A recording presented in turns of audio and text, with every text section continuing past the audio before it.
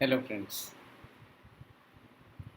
hope you are doing well, taking care of your parents and yourself too.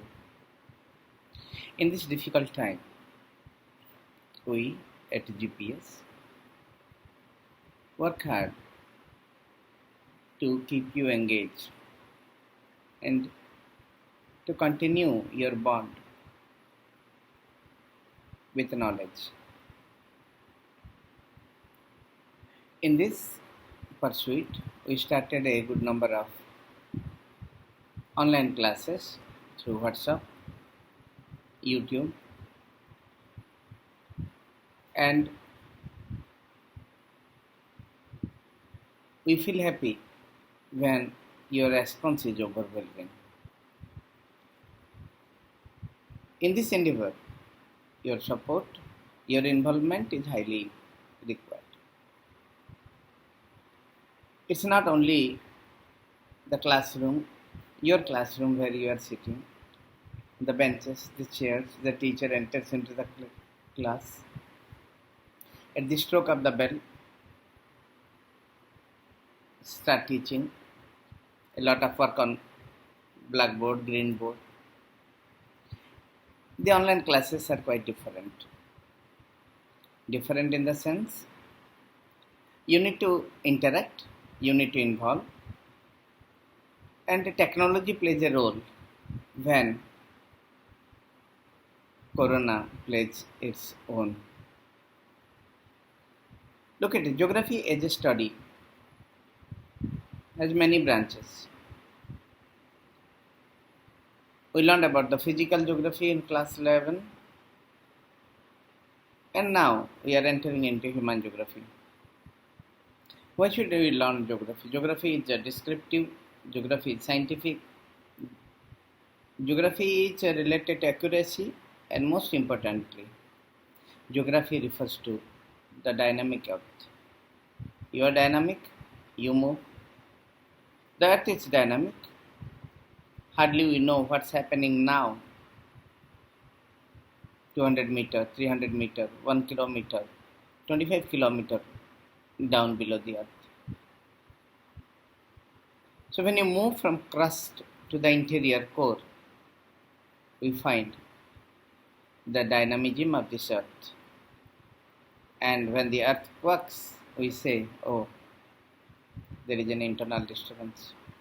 Then there is a volcano, we say, wow, there is a crack through which the molten magma comes out.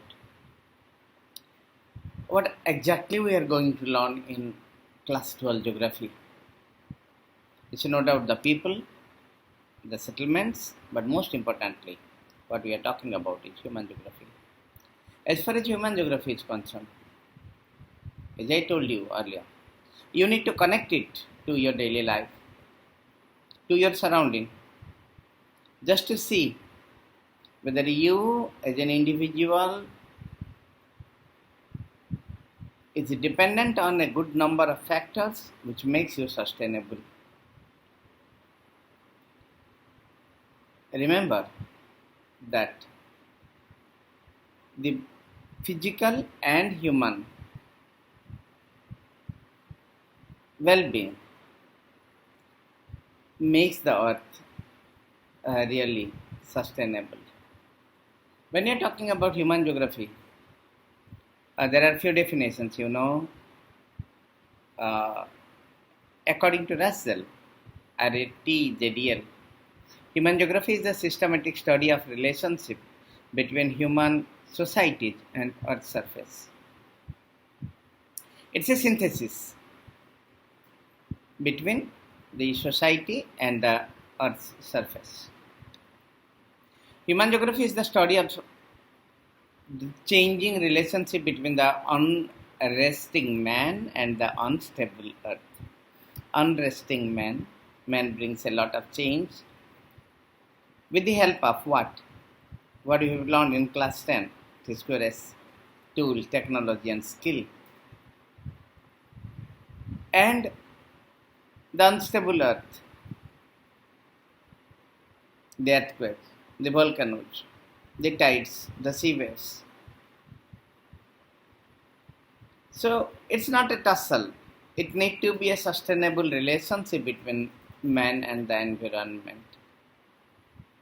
Conception resulting from a more synthetic knowledge of the physical laws governing our earth and of the relationships between the living beings which inhabit it is what Paul Vidal de la Blas told us. Human geography offers a new conception of the interrelationships between earth and the human beings. These are the few definitions basing upon which we have to confine our learning. There are two things. One is called the naturalization of humans and the humanization of nature. What is naturalization of human? Man under the nature. Man dominated by nature. The food gatherers, the hunters, the early human, they come under naturalization of humans. I hope you understand. At the time of lightning, thunderstorm, rain, they used to go dark into the jungle to hide in fear. They never knew how to use fire. But once they started using it, they came to know that by rubbing two stones, we can create fear. Not fear, fire. The fear converted into fire. Within, if there is interest, if there is knowledge, then if you connect it to those two stones, that gives a change for the betterment of the world that we need to keep in mind. When you are talking about naturalization of humans, we talk about the nature dominating and man a servant of the nature. Gone are those days.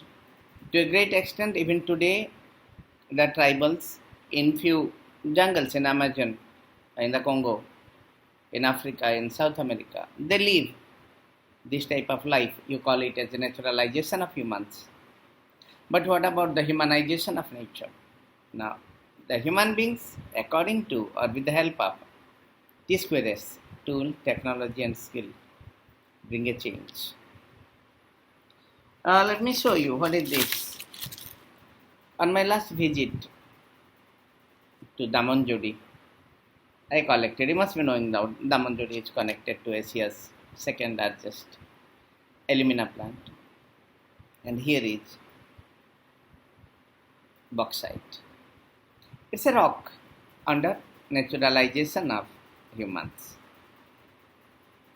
In the beginning, I may try to hit, I may shape it and use it for some purpose.